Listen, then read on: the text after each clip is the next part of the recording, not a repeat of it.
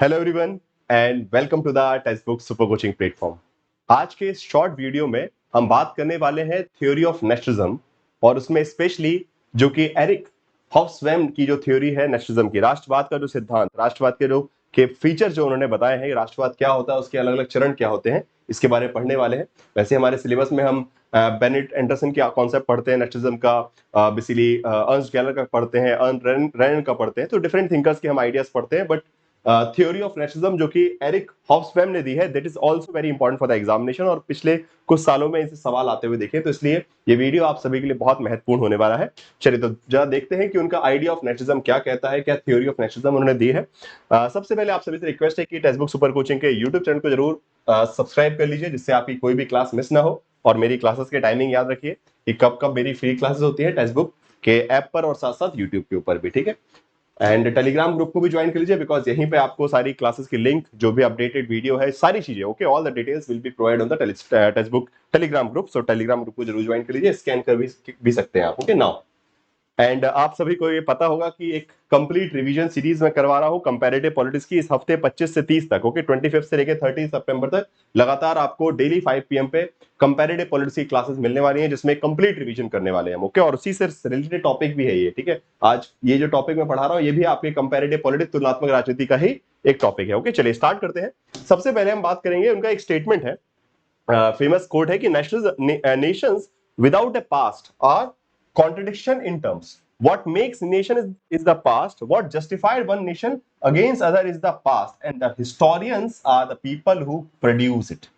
So, अगर आसान भाषा में समझाया जाए तो वो कहना चाह रहे हैं कि बिना इतिहास के कोई राष्ट्र नहीं बनता, और वो इस इतिहास को क्रिएट करने का काम होता है हिस्टोरियंस का। सो हिस्टोरियंस ऐसी ऐसी चीजें इतिहास के बारे में लिखते हैं किसी भी राष्ट्र के, जो कि लोगों के मन में राष्ट्रवाद की भावना जगाती है, ओके। सो इतिहास से जो है, जो हिस्ट्री है किसी कंट्री की, उसमें जो ऐसे कुछ इवेंट्स हुए, they creates the nationalistic feeling.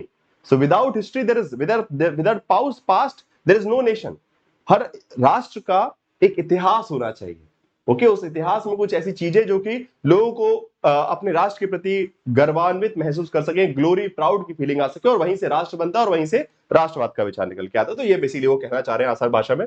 So without past there is no nation actually, okay. उन्होंने सिंपल बोला कि पास्ट के बिना, इतिहास के बिना कोई राष्ट्र नहीं, और इतिहास कौन बनाता है? इतिहासकारक बनाते हैं, ठीक है।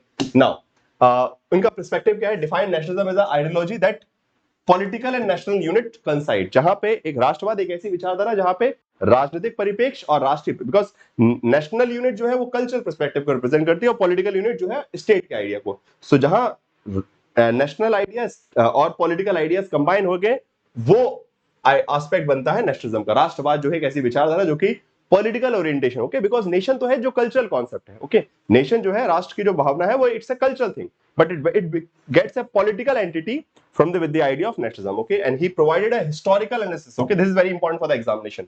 एग्जाम में क्वेश्चन आ सकता है कि इनमें से कौन से कथन जो है एरिक हॉब्सबैम के बारे में सही है, उन्होंने किस प्रकार का सिद्धांत दिया। तो उन्होंने एक ऐतिहासिक विश्लेषण किया, ठीक है, उन्होंने एक ऐतिहासिक विश्लेषण किया, और साथ साथ उन्होंने टॉप डाउन अप्रोच बताइए कि राष्ट्रवाद जो है एक टॉप डाउन अप्रोच है, ओके। राष्ट्रवाद का जो विकास है, the development of nationalism is a top down approach, okay? It's not bottom down, okay? Bottom up approach नहीं, it's a top down approach. It means it is created at the top and spread it to the downwards area, okay? मतलब उच्च स्तर पर, okay, जो higher political elites है, they create the idea of nationalism and that is spread among the masses, okay?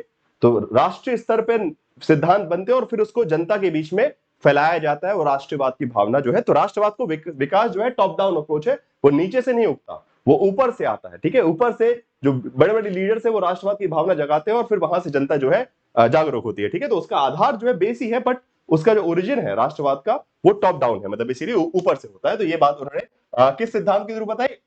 Invented tradition. उन्होंने एक principal दिया जिसको बोलते हैं हम इन्वेंटेड ट्रेडिशन, ओके। सो वो बोलते हैं कि परंपराओं को बनाया जाता है, परंपराएं बनाई जाती है, मतलब राष्ट्रीय परंपराओं को बनाकर लोगों के अंदर राष्ट्रवाद की भावना है। जैसे राष्ट्र के एम्बल हुए, कुछ ऐसा दिवस हुआ, कोई डे है जिसको हम सेलिब्रेट करते हैं नेशनलिज्म के नाम पे, ऐसी बहुत सारी चीजें। कुछ किसी फ्रीडम फाइटर की डेथ एनिवर्सरी हुई, ठीक है, किसी फ्रीडम फाइटर की बर्थ एनिवर्सरी, ऐसी बहुत सारी चीजें। कोई ऐसा वॉर है जो लड़ा है, जिसकी हम शताब्दी मनाते हैं, जिसके वर्षगांठ मनाते हैं, that actually create this invention of the tradition, okay. अविष्कृत परंपराएं, वो जो है राष्ट्रवाद की भावना जगाती है, and that is coming from the top, okay, वो उच्च स्तर से बेसिकली आता है, ओके। इसके अलावा his view of nationalism is a changing, evolving and modern construct that is brought into the being by nationalism and the other way around, ठीक है भाई। Now Hobson believe that nationalism is constructed from the above, जैसा कि मैंने बोला top down approach, he constructed from the above, राष्ट्रवाद ऊपर से बनाया जाता है, okay, it need to be studied from the below, but इसका अध्ययन जो है नीचे से करना पड़ रहा है, as it were it takes its roots and most popular and volatile, okay. So राष्ट्रवाद बनाया उच्च स्तर से जाता है, उसकी जो भावना है ऊपर से क्रिएट की जाती है, परंतु उसका जो आधार है वो नीचे सतह पर जनता के बीच में बनता है और वहीं पे सबसे ज्यादा वो एग्रेसिव होता है, ठीक है। सो उसकी जो भावना है, सो ये पर्सपेक्टिव उन्होंने रखा है। नाउ ये सब तो बेसिक आइडियाज है कि हॉब्समैन ने किस प्रकार से राष्ट्रवाद को देखा। Now important part is that the phase of development of nationalism that he talked about, okay, he says कि there are three phases of development of nationalism, राष्ट्रवाद के उदय के तीन चरण। सबसे पहला preliminary phase, okay, where the idea of nation is just purely cultural nature, okay, जहां पे राष्ट्रवाद का जो विचार है वो सांस्कृतिक है। फिर आता है pioneering phase, जिसको उन्होंने बोला popular proto nationalism, the phase of popular proto nationalism, okay। Now what is this popular proto nationalism? It is the phase where political campaigns begin to try and raise awareness, for example स्वदेशी movement in India, okay, जैसे हमने देखा ना स्वदेशी movement आता है जहां से लोगों के अंदर राष्ट्रवादी भावनाओं को, मतलब जो कि राष्ट्र की भावना पहले भी थी, ओके, भारत एक राष्ट्र है, for example it was already there, it's a cultural idea कि we have a culture, we have a let's say we have religions, we have cultural aspect, we have languages, multiple things, okay, भाषा संस्कृति, इन सब चीजों से कहीं ना कहीं जुड़ाव लोगों में था, वो जो भावना थी, पर वो सांस्कृतिक थी, वो सांस्कृतिक भावनाओं को राजनीति में लेकर आना, उसके आधार पर लोगों को पॉलिटिकली मोबिलाइज करना। फॉर एग्जाम्पल तिलक को अगर आप देखिए तो जो कल्चरल एस्पेक्ट्स हैं लोगों के एकजुटता के, उसको उन्होंने राष्ट्रीय भावना दी, दे वर बेसिकली नेशनलाइज्ड, ओके, उसको राष्ट्रीयकरण किया गया। सो वहां से और उसमें क्या क्या चीजें लगती हैं, language, ethnicity, religion as well as consciousness, चेतना, ठीक है। तो उन्होंने बोला कि जो दूसरा चरण है प्रारंभिक चरण, उसके बाद आएगा अग्रणी चरण, और इस चरण में सही रूप में राजनीतिक स्तर पर पहुंचता है राष्ट्रवाद, राष्ट्र की जो भावना है कि हम एक राष्ट्र के लोग हैं, we are together, we are one, okay, the sense of belongingness, okay, जो एक आपस में जो भाईचारे की जो भावना है कि हम एक है, वो जो है राजनीतिक स्तर पर पहुंचती है यहां पे। और उसके बाद ठीक है, इसमें उन्होंने चार चीजें बताई कि चार चीजों की आवश्यकता है, भाषा, जातीयता, धर्म और एक स्थायी राजनीतिक इकाई के संबंधित होने की से की चेतना। इट मींस कि you are connected to a political unit, okay, आप एक क्षेत्र, एक ग्रुप के हिस्से हैं या एक समूह का हिस्सा है, वो जो चेतना है वो उसका होना। तो ये चार चीजें जो है वो इस अग्रणी चरण या फिर बोल सकते हैं आर्द्र राष्ट्रवाद का हिस्सा है। अब ये वर्ड भी याद रख सकते हैं, एग्जाम में आ सकता है कि प्रोटो नेशनलिज्म जो वर्ड है, it is related to this thinker, और इसका मतलब क्या है, so you can understand. Then अंत में ओके वो बोलते हैं कि लास्ट जो फेज होता है, that is the phase of the stage in which nationalist movement acquires mass support. जैसे कि for example in India also we can see, okay, initially basically normal political national basically perspective, sorry nationalist perspective था, cultural perspective, फिर political campaign start हुए, and then with the time of Mahatma Gandhi, okay, जैसे महात्मा गांधी आते हैं, that become converts into a mass movement, okay, the Indian national movement became a mass movement। अगर हम example देखें तो भारत का राष्ट्रवादी आंदोलन जो है जन संग्राम बन गया था, जनता जुड़ गई थी, trade unions, teachers group, women's, youth, सब लोग सब उसमें जुड़ गए कि सब ने अपने अपनी समस्याओं को, ट्राइबल्स, ओके, हर कम्युनिटी के लोग जो है उसमें जुड़ गए कि उन सभी की समस्याएं जो है उनको दिख रही थी कि इसका समाधान यहां से निकल सकता है, ओके, जो स्वराज है वो सभी के लिए एक आवश्यक चीज हो गया। तो इस तरह से उन्होंने तीन चरण बताए कि पहला आप बोल सकते हैं प्रारंभिक चरण, फिर अग्रणी चरण, और उसके बाद अंतिम में एक ऐसा चरण जहां पे वो एक मास मूवमेंट बन जाता है, एक जनता का जन आंदोलन बन जाता है, जन संग्राम बन जाता है, ठीक है।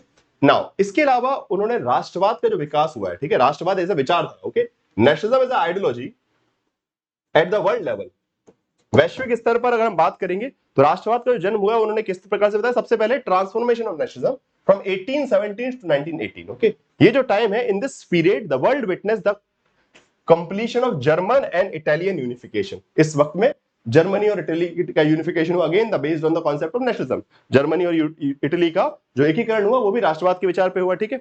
और साथ साथ collapse of the multinational empires, okay, because previously there used to be empires, बहुत सारे साम्राज्य थे, उन साम्राज्यों के खत्म करके राष्ट्र बनाएगा, okay, because previously empire, the world was basically divided on the empires, okay, British empire, French empire, Ottoman empire, Russian empire, so साम्राज्य थे, उन साम्राज्यवाद को खत्म करके राष्ट्र का विचार आया कि nation state, the idea of nation state was developed, okay, transformation of nationalism, okay. तो इस चरण को बोला राष्ट्रवाद का परिवर्तन, जहां पे राष्ट्र बनाने की बात निकल के आती है, ओके। उसके बाद नेक्स्ट नंबर पे आपका आता है चरण जो है the apogee of nationalism, which is the चरम, जब राष्ट्रवाद अपने चरम पे पहुंच गया, okay, this time period from 1918 to 1915, this is the time period where the idea of nationalism, राष्ट्रवाद का जो विचार है वो अपने चरम पे पहुंच गया पूरे विश्व स्तर पे। He describe this period as a triumph of the 19th century principles of nationality. Okay, जो राष्ट्रवाद के सिद्धांत थे, उन सिद्धांत जो कि 19वीं शताब्दी में निकल के आए थे, ठीक है, जो राष्ट्रीयता के सिद्धांत हैं जो कि 19वीं शताब्दी में आए, वो अपने चरम पे पहुंच गया। ओके, राष्ट्रवाद का शिखर।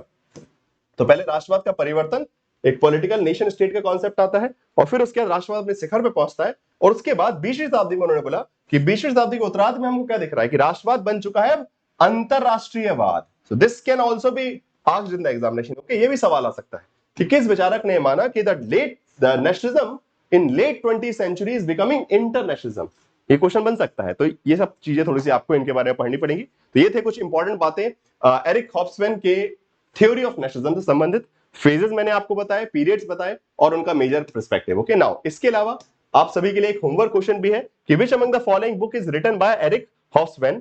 एरिक हॉब्सबैम की इनमें से कौन सी पुस्तक है, आपको आइडेंटिफाई करना है और आंसर जो है इस वीडियो के कमेंट बॉक्स में देना है। ये क्लास देखने के बाद, वीडियो देखने के बाद कमेंट बॉक्स में जरूर रिप्लाई कीजिएगा।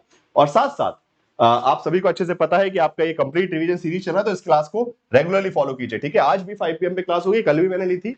सो today also we will be doing complete revision of comparative politics part number 2। So जुड़ते जाइए, अपने दोस्तों को भी बताते जाइए और टेलीग्राम पे भी ग्रुप पे जुड़े रहिए, ठीक है। चलिए, धन्यवाद दोस्तों इस वीडियो को देखने के लिए। आई होप कि आपको पसंद आया हो।